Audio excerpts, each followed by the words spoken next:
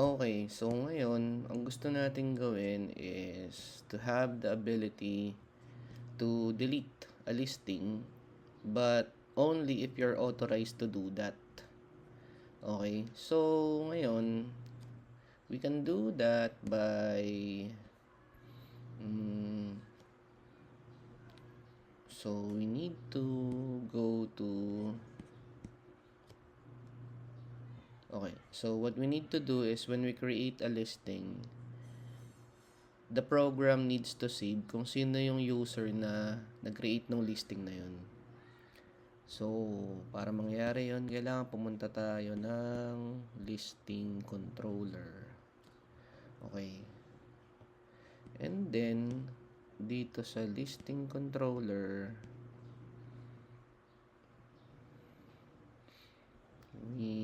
tama dito, sa store, ayan. Public function store, hanapin natin to. Kasi ito yung nagsiset ng user ID to 1. So, ngayon,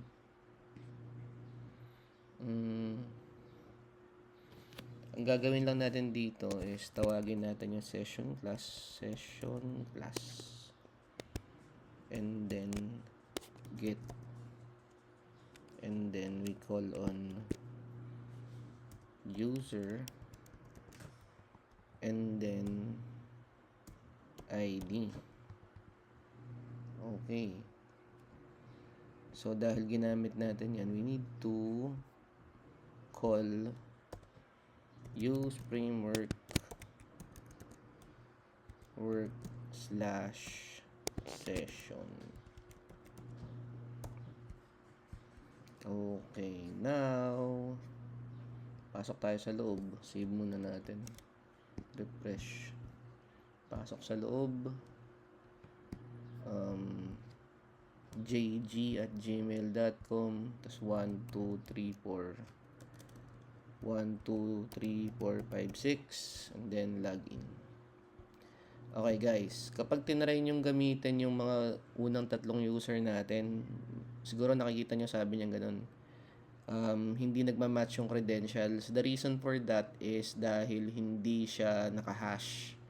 Kasi itong password natin, ang hinahanap na nito yung hashed password. So ngayon, ang kailangan nating gawin is we need to ang suggestion ko ang gamitin niyo na lang yung mga bagong account na ginawa, or you convert in Workbench, you convert it into hash. Okay?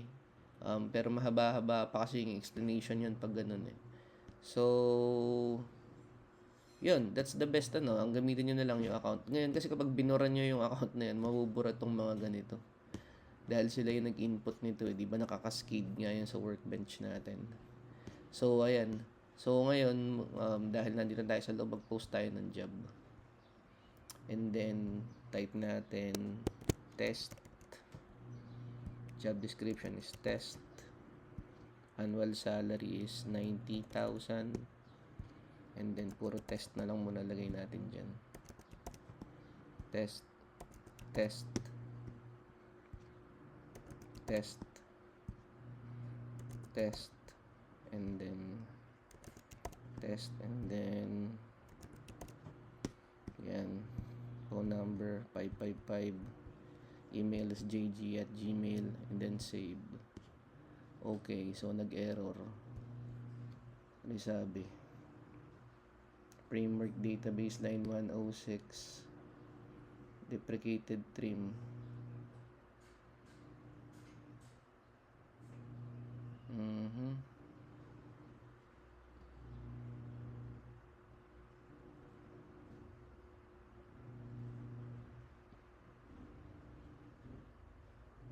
Check nga natin.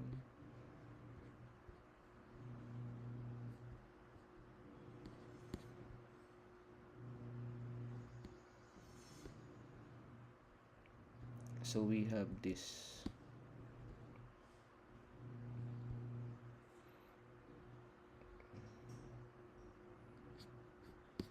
user controller. This one is for storing our user ID credentials. Okay.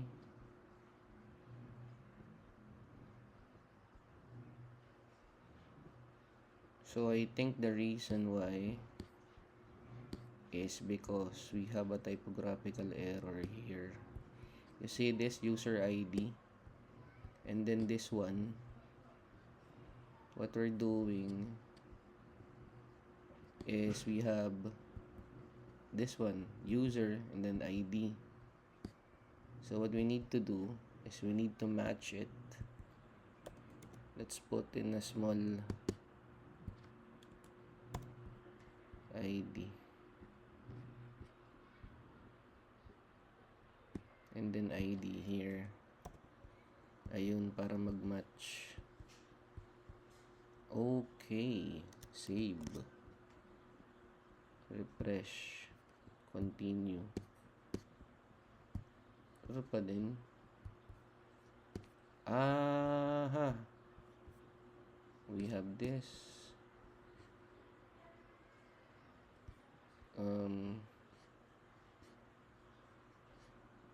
I think balik tayo localhost. And then log out muna tayo. Log in ulit. Okay. 1, 2, 3, 4, 5, 6. Log in. Okay. Post the job. Teka nga. Double check ko nga ito. Goods naman.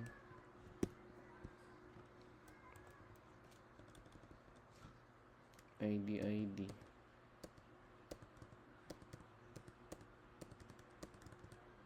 Okay naman. Close. Try natin ulit. Test 2.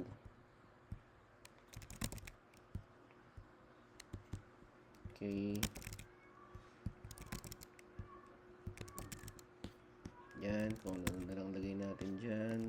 May gumingiyaw na pusa sa labas ng bahay. Save. Ayun. Gumana na. Okay. Let's see. Ayun siya. Okay. So yun. Typo sa usercontroller.php.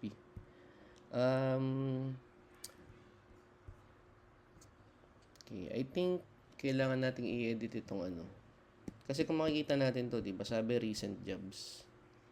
Pero dapat ito nasa taas. Okay. So, paano natin gagawin yun? So, dapat sa yan. Punta tayo ng home controller. And then, sa home controller, yan kasi yung nagdi-display ng mga hinuhugot sa database. And then, dito. So, instead of limit 6, before limit 6, lagay natin dito, order by, then tawagin natin si created at limit 6. Save natin. Refresh.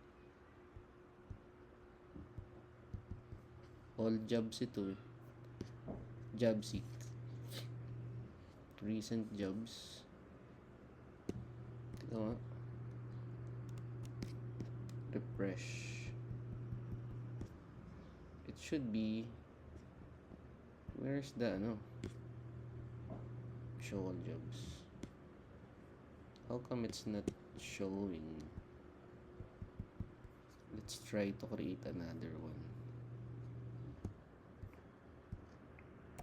Test 3.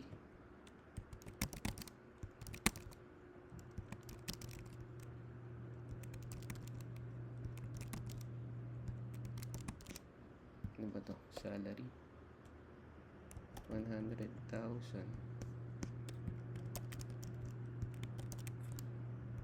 New York 555. Save. Okay, hindi siya pumupunta dun sa taas. Ay, hindi. Dapat sa ano yun eh. Sa reasons dapat, ganun. So, hindi rin lumilitaw.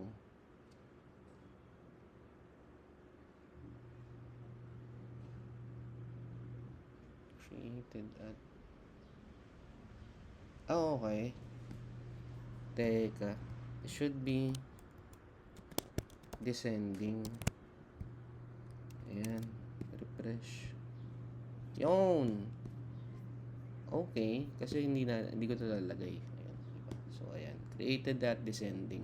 Kasi ang ano niya, ang default niya is ascending.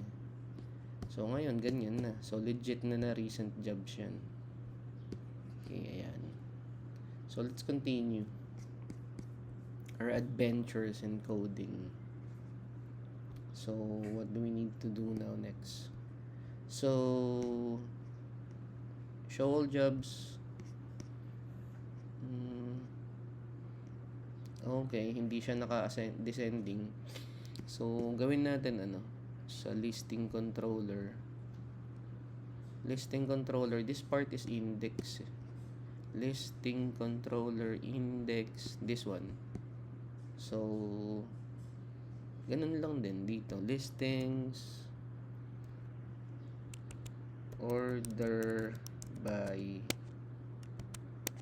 created underscore at and then descending. Save. Yun. Okay. So, what we need now is what we need to do is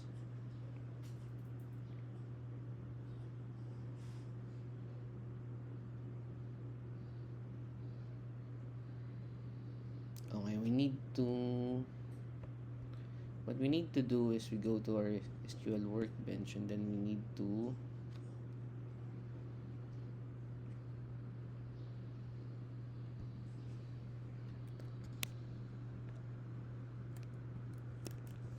check na natin ito.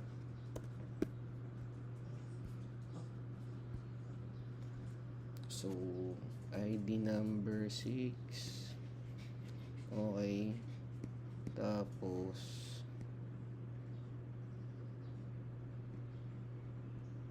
check na natin yung ano. Select asterisk from job seeker dot listings. Okay. Run. Ayun. So, ayan o, nakikita naman kung sino yung user ID na naglagay. Diba? User ID 1, 2, 3, 1, 2, 5. So, we need to match that. Saka nalagay ID 50 yung iba, no? So, what we need to do is we need to show sa detail siguro.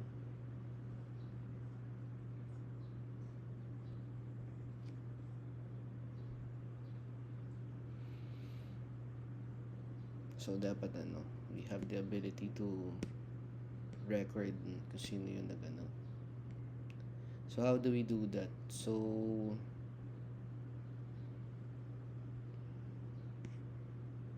listings controller. Let's go to listings controller, destroy. Listings controller. Ayan. So, where is it? We need to find kung saan yung part na sinasabi yung nag-i-exist yung listing. Submit ito. Delete the listing. That's the destroy. Okay.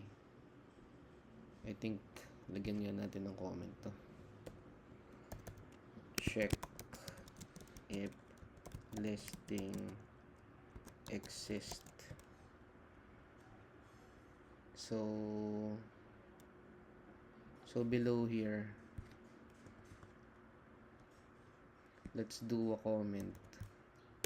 before yung pagtawag ng ano, bago mag-delete, ano, authorization. So if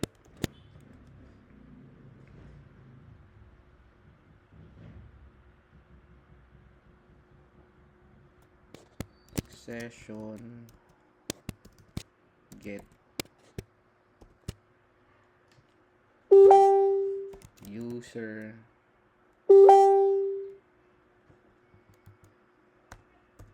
and then ID.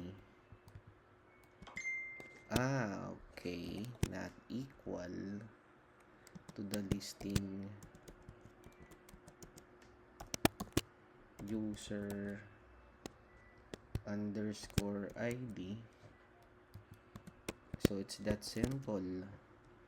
Ibig sabihin, hindi niya pwedeng delete yan. If the session user ID is not equal to the listing user ID, then ilagay natin dito, let's do a flash message. Session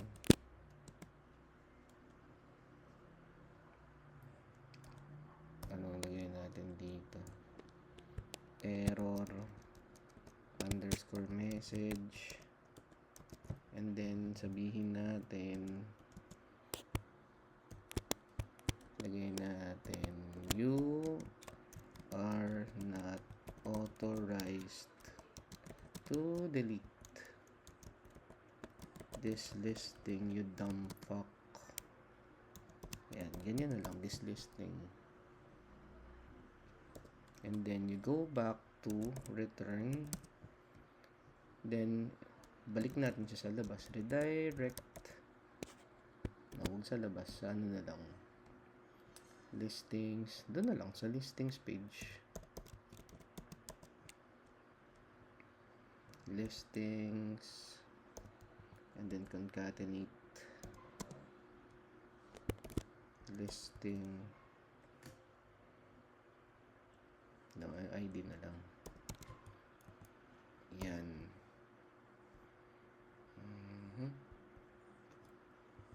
Ganito, listing ID. Save. So, back to listings. Okay, hanapin natin, kunwari si software engineer. Hindi naman tayo may gawa niyan eh. Delete natin. Ayun na siya. You are not authorized to delete this listing. O, diba? That's how you do it. It's plain and simple. Okay. So, that's it. Diba? So, yun. Teka, maghanap tayo ng tayo may gawa. Kunwari yung test 3. Delete. Yun. So, gumagana na siya. Okay. So,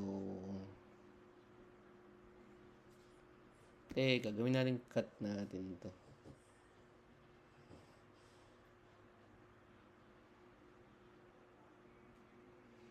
Are. So, I'll cut this shit. So, lipat natin to. Lagay natin to sa ano, sa framework. Gawin natin tong class. And then, let's make this one. I'll call this auto. Let's call this an authorization. .php. Okay, and then lagay natin dito PHP namespace framework, and then let's use framework session, and then let's call this one class authorization.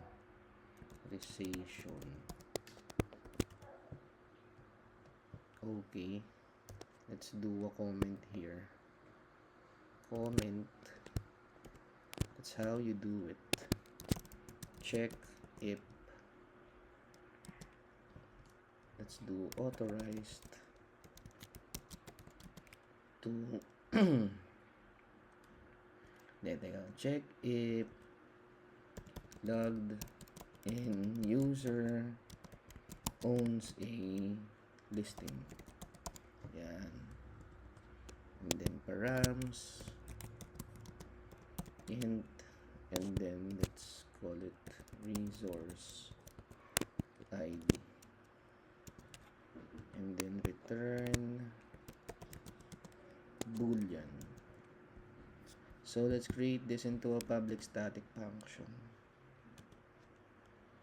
So public static is function is owner, and then it public function is owner, and then it passes in resource ID, and then let's do a session here, user, and then we get session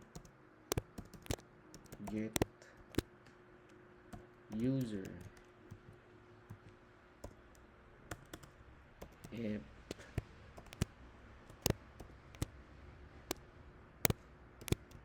session user is not equal to null,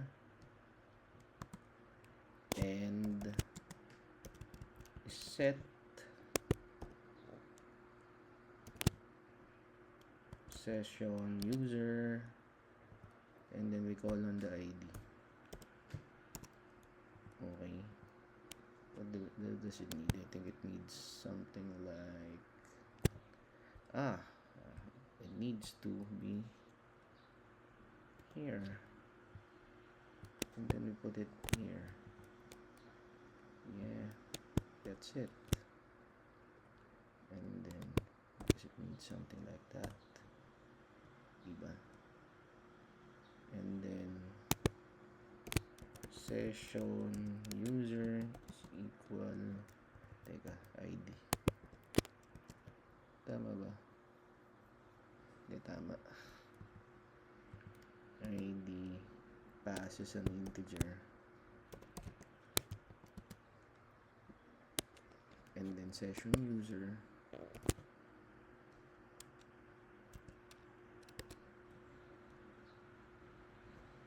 pass it into an array ID, and then let's return this one. Session user ID is equal to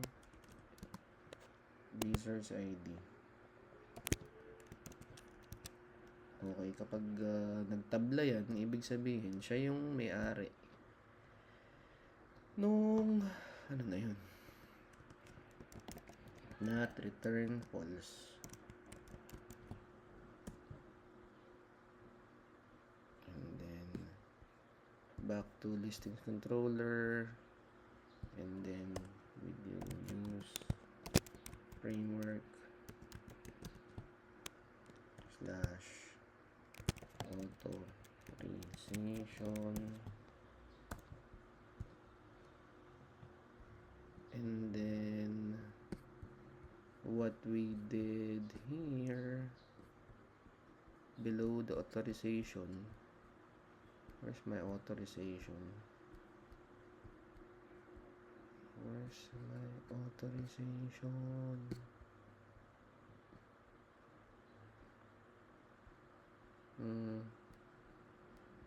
It's right here. Yeah, it's right here. Kung saan tayo nagtanggal kanina. Okay.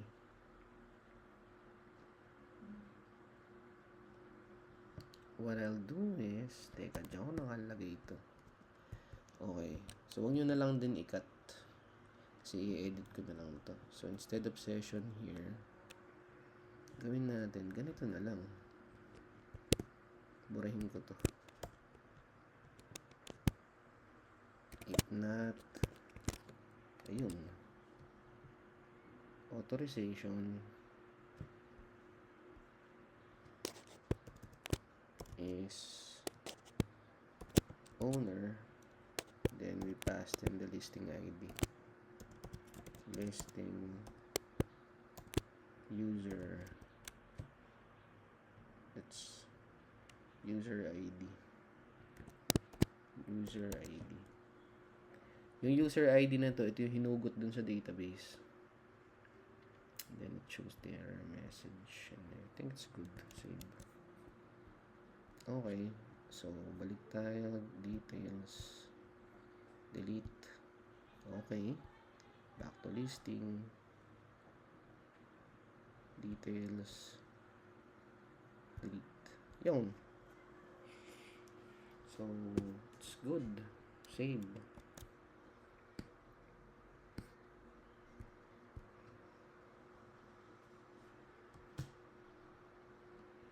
Okay, so now we can authorize the delete. We can, I think, let's fix the,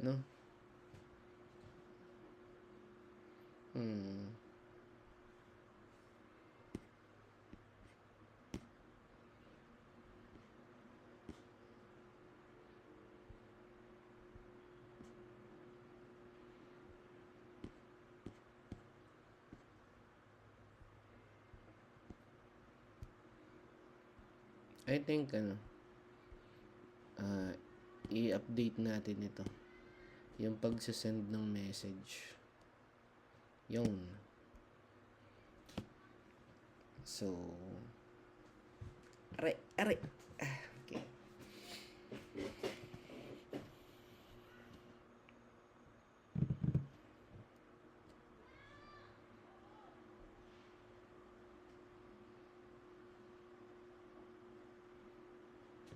Let's go to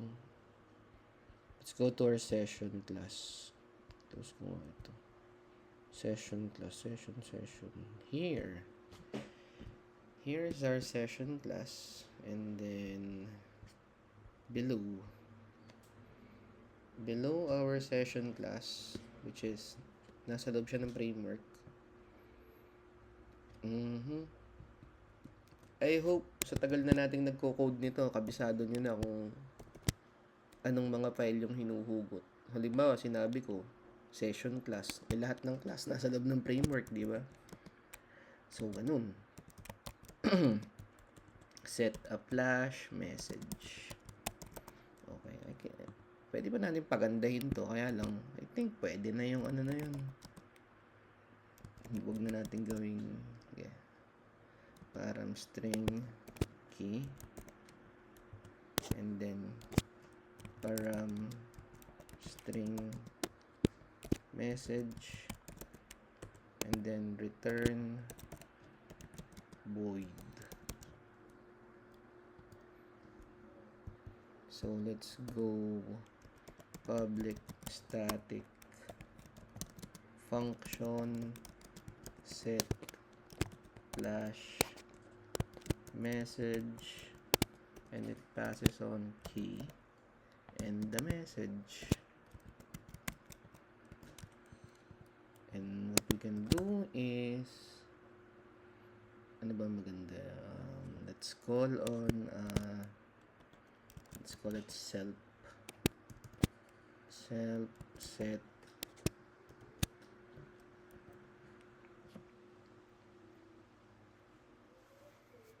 So, gawin natin flash underscore message, flash underscore, flash underscore dot key and message. Yan. Okay. So, siya nga pala, baka may kilala kayo nagbebenta ng switch light. Yung natawag dito, yung slightly used, chat nyo ako, di ba? Okay. Nintendo Switch Lite. So, okay, let's continue this coding adventure. And then, let's do a get a flash message and unset. So, the parameters is string key, a parameter mixed, then the default. Return void. Yon. And then public static function get flash message. One sets a flash message, the other one gets a flash message, and it passes on a key. And then default equals null. And then what else? So the message would be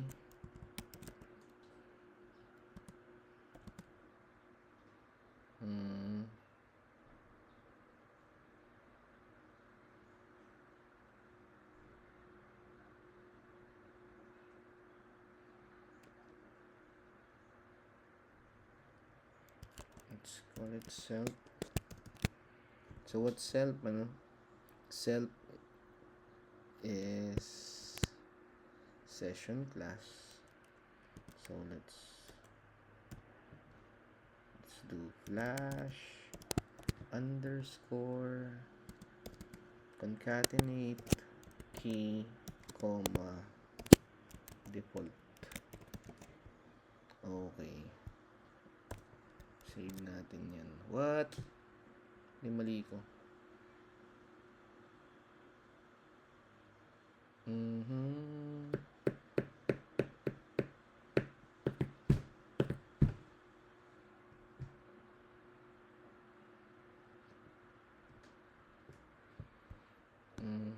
Public static function get flash message key default equals null, and then this one self. What's going on? Syntax error, unexpected token.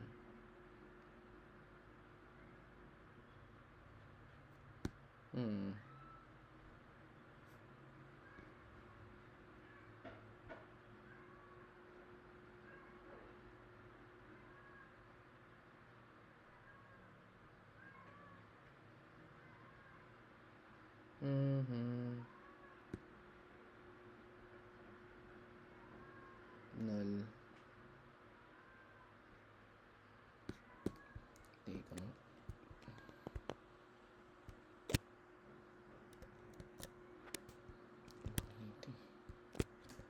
Paste. Still there's an error. And then message equals self. I think nasa taas yung error.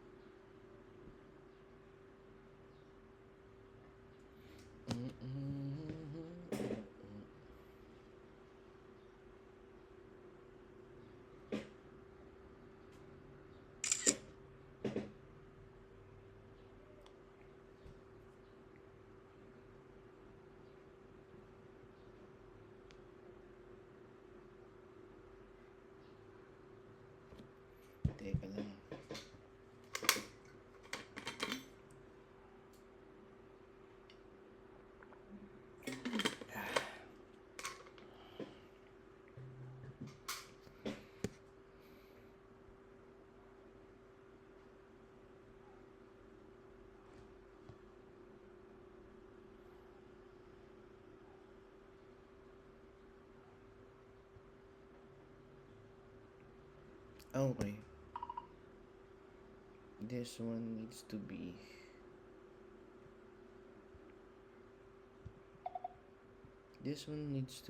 okay. This one needs to be get flash message. Okay, what else?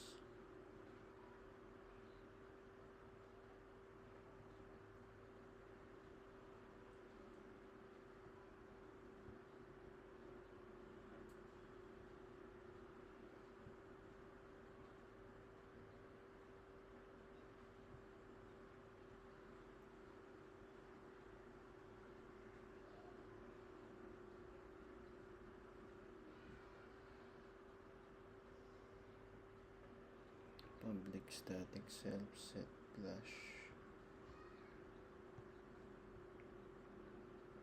key default.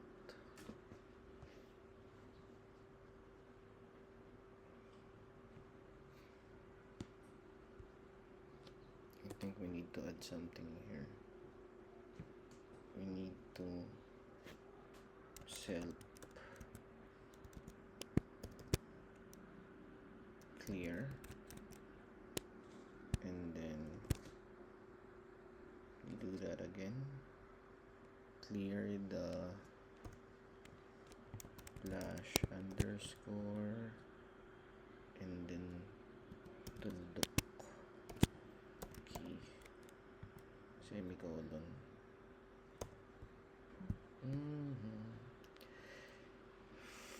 And then return message. What's going on? Message.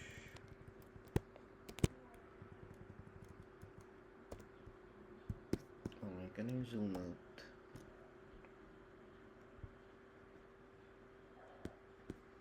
My syntax error, unexpected token.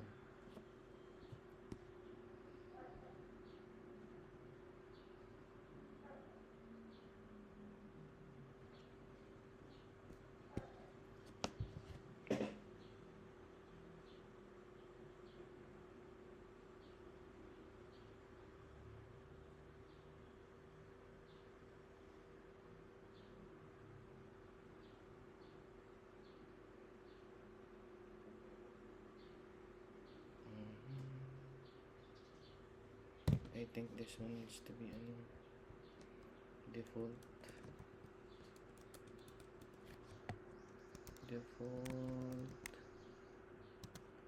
equals null. Okay. And then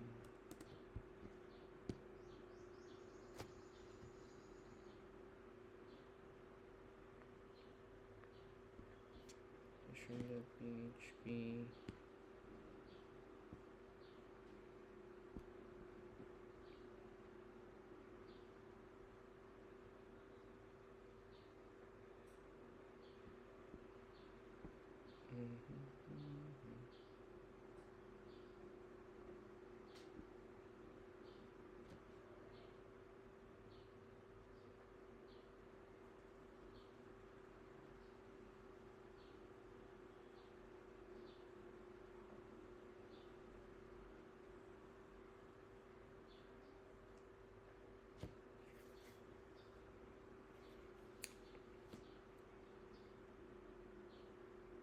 I think I need to wear glasses.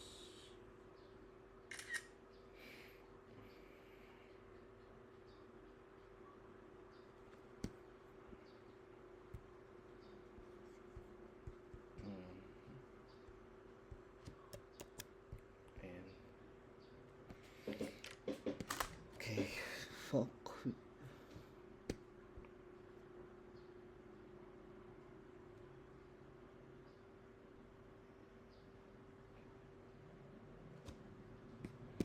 So let's go back here and let's do sa authorization.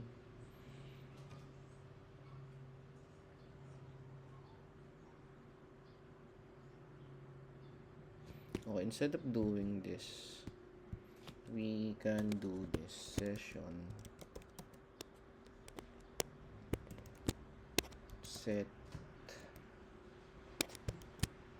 flash message, and then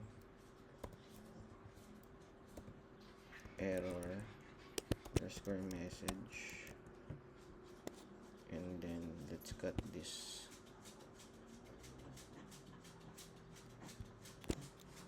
Cut. And then inside this, yup, ayan, error message, and now pwede mo na itong delete. Yun, you are not authorized to delete this thing,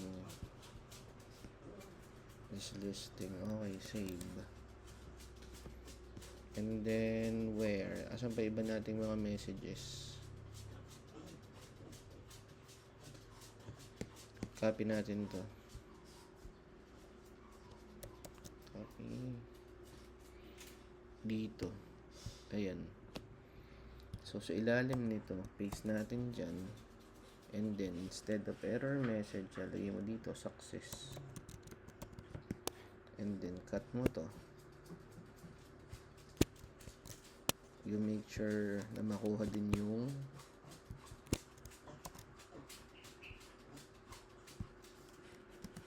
save. Let's get rid of this.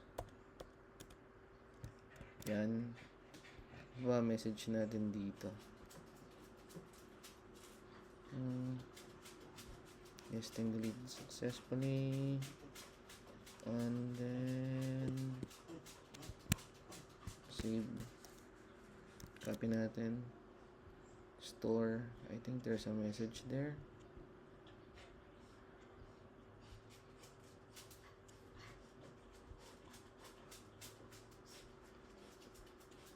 So wala.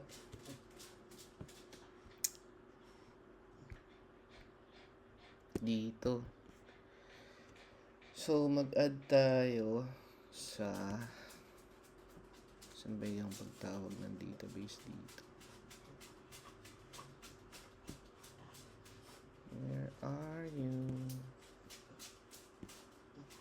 Okay, dito. Around line.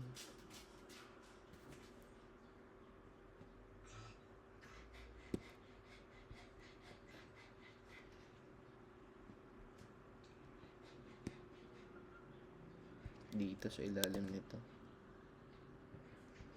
And then success message din, lagay natin listing created successfully kasi meron tayong pan-delete eh. Listing created successfully. Save. Gawa ko to.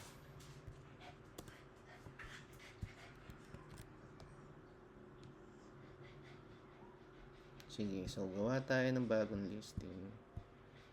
So, job title, tech support. Job description, tech support. And then, 1,000. Pwede na siguro to. Test.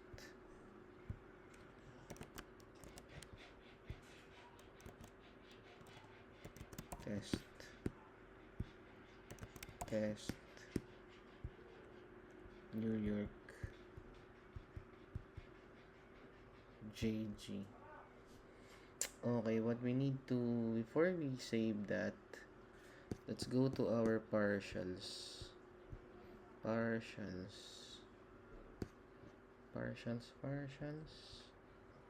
Dun sa message natin, message.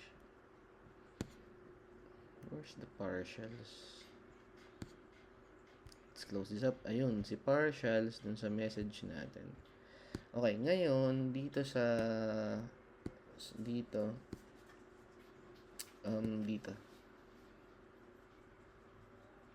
So, we need to include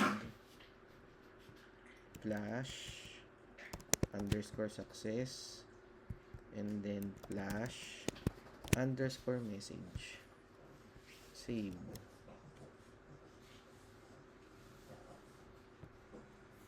Hindi. Teka. Actually, dito pa pala. Copy ko na nga lang to. Flash underscore. Flash underscore. God damn it. Copy that. Paste it here. Paste it here. Here. And here. Save. I think it's good. So, save natin. Yun. What about if we delete? Delete. Yun. Okay na.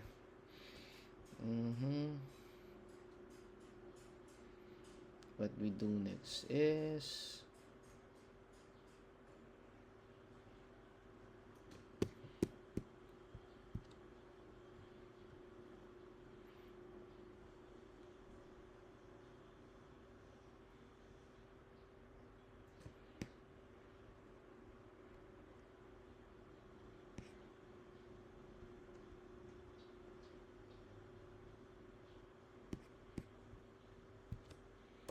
teka, edit natin to. So,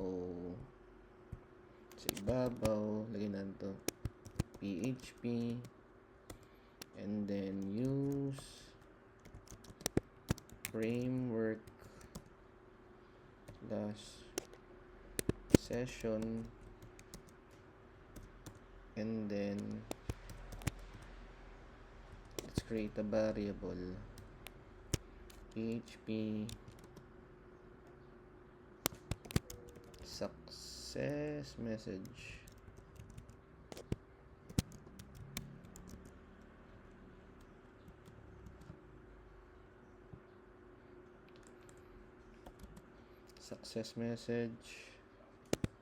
session get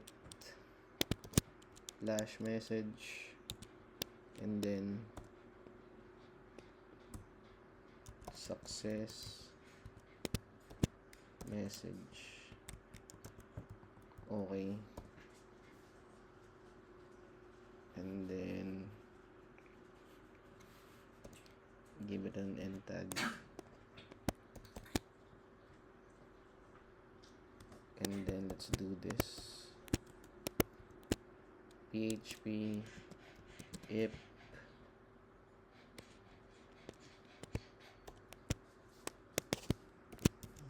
success message ay hindi equal sa blanco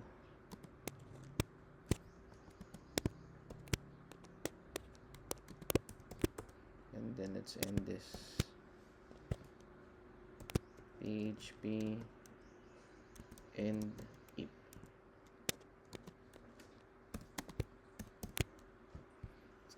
and then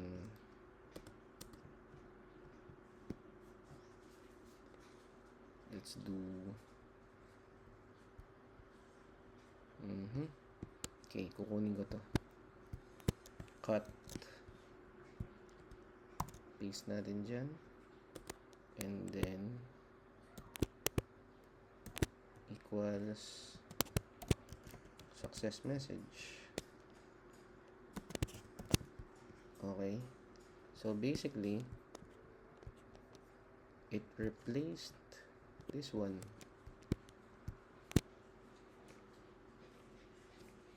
So tanggalin na natin to. Teka, may kulang to. This one doesn't have an ending div. Yan. So yan.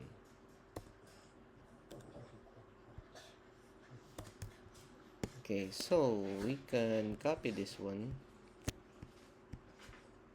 para dun sa ilalim naman, para sa error message. So what you do is you just type error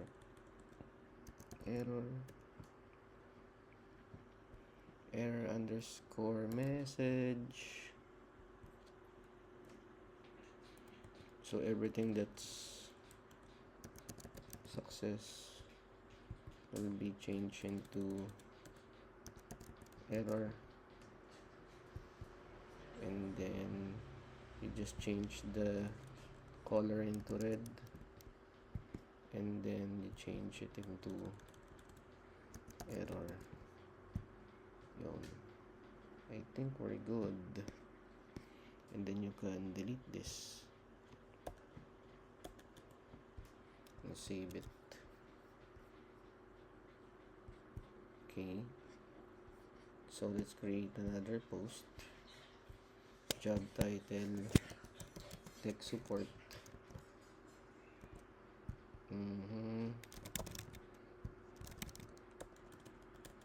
10,000. So test natin,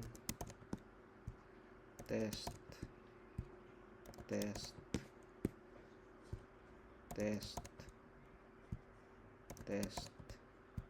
city Albany, New York, number, and then JG, save it.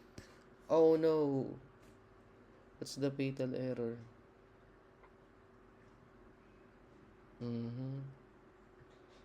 Undefined constant, get flash message.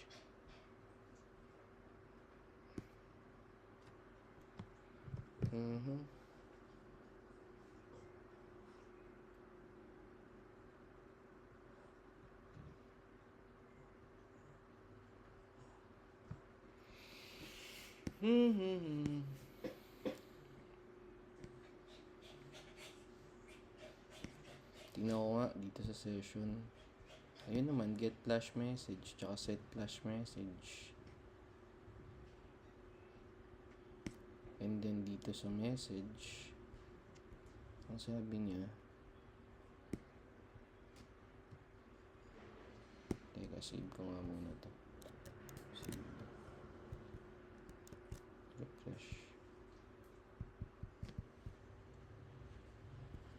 Message on line 5. This one?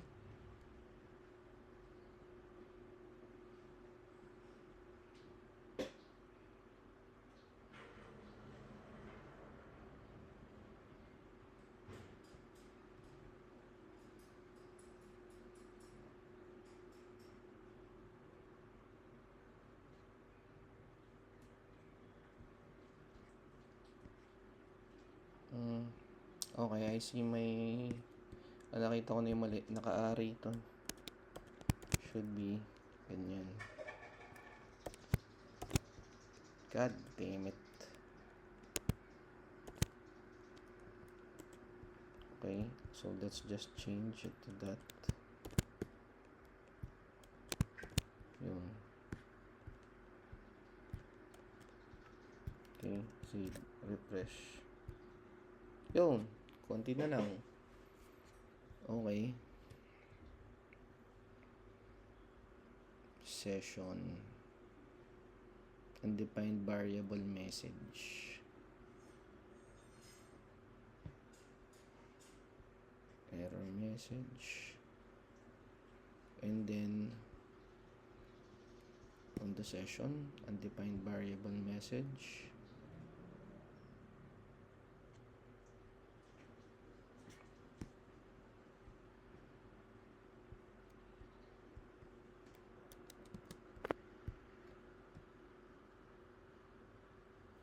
Line 87 here. Okay. Wait.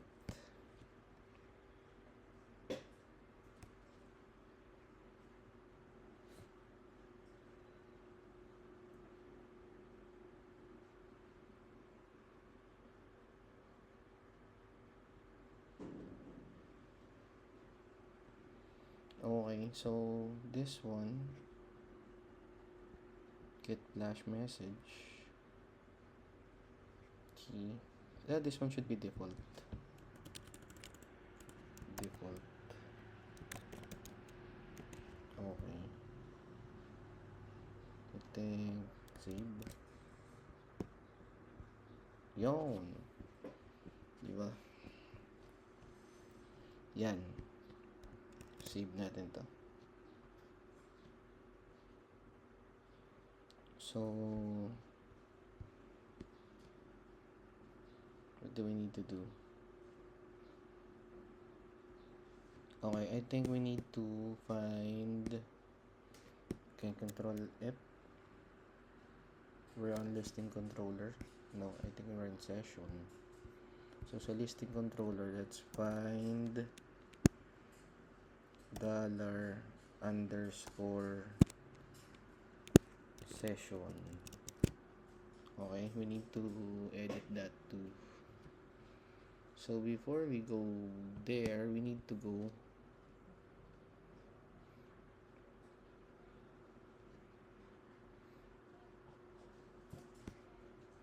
where is it? We need to go sa message. Punta tayo sa sa session muna pala. Sa session, we need to session.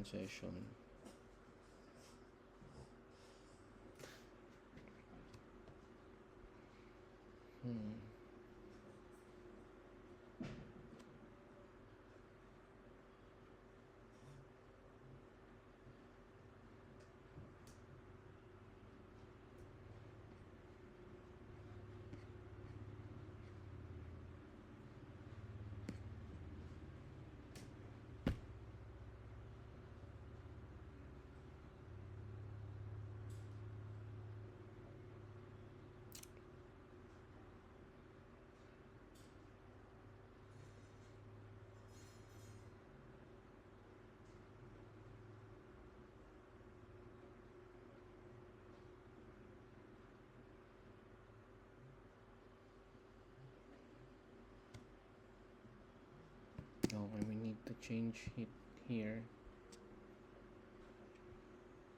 Session.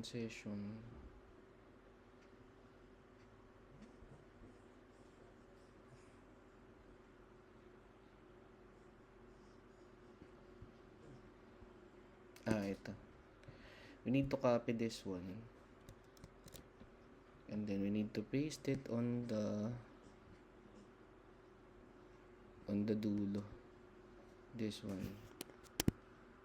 And then paste it. Okay, and then we say listing updated successfully. Yan, so save natin yan. Okay, I think we're good. Now, I think after deleting, we need to update the authorization.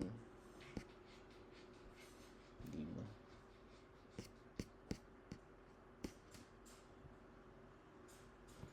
So, kailangan yung updating natin. O sino lang din yung nag-upload.